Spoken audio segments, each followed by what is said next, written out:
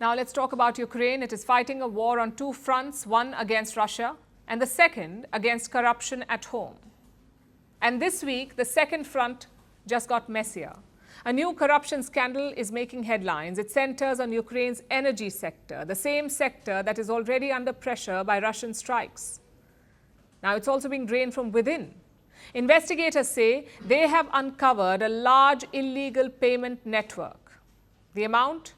Around $100 million. A former deputy prime minister has been named. Senior energy officials have been suspended. An associate linked to President Zelensky is also under sanctions, and 2 ministers have resigned. The investigation is still unfolding. Our next report has more. Ukraine is preparing for another winter under wartime conditions. Russian strikes have damaged parts of the energy grid. Blackouts have returned in several regions. Crazy stuff in the last couple of months. Russian Electricity is gone. This is our, daily conditions, daily life. Repair teams are working to restore substations and power lines.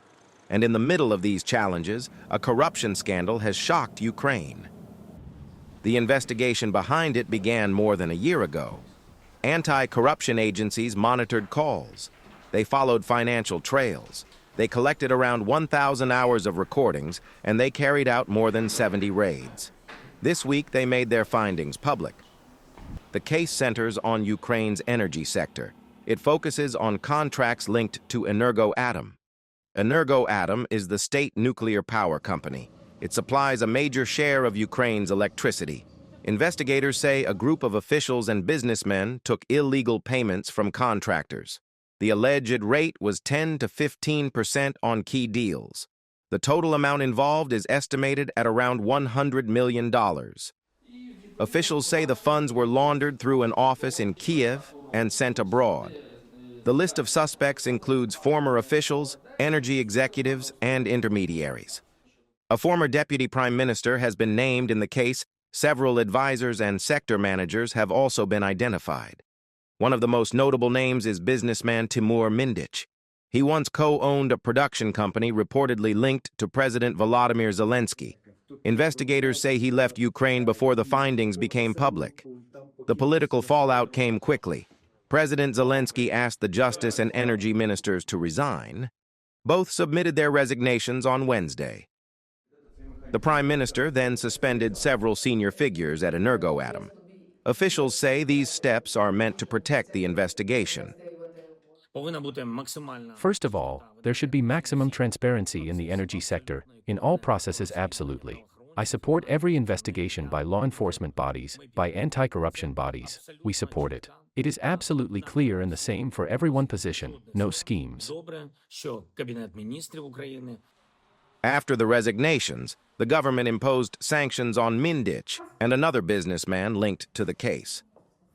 The measures include asset freezes and travel restrictions. For many Ukrainians, the announcement hit at a difficult time. Blackouts have returned as winter approaches. Families are coping with power cuts and unstable supplies. News of alleged theft from the energy sector has increased public frustration. I think this is mostly a negative thing because while we have a war going on, we need to somehow unite, put all the money into defense. And here what's happening is that, on the contrary, money is being stolen and some kind of business is made from it. International partners have also reacted. Germany has urged Kyiv to strengthen its anti-corruption efforts. For now, investigators say more information will be released in the coming days.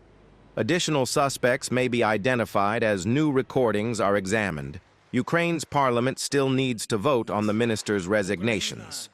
The courts will determine how far the scheme reached, and the final verdict will set the course for what comes next. Want the facts? The latest developments? News that gets straight to the point.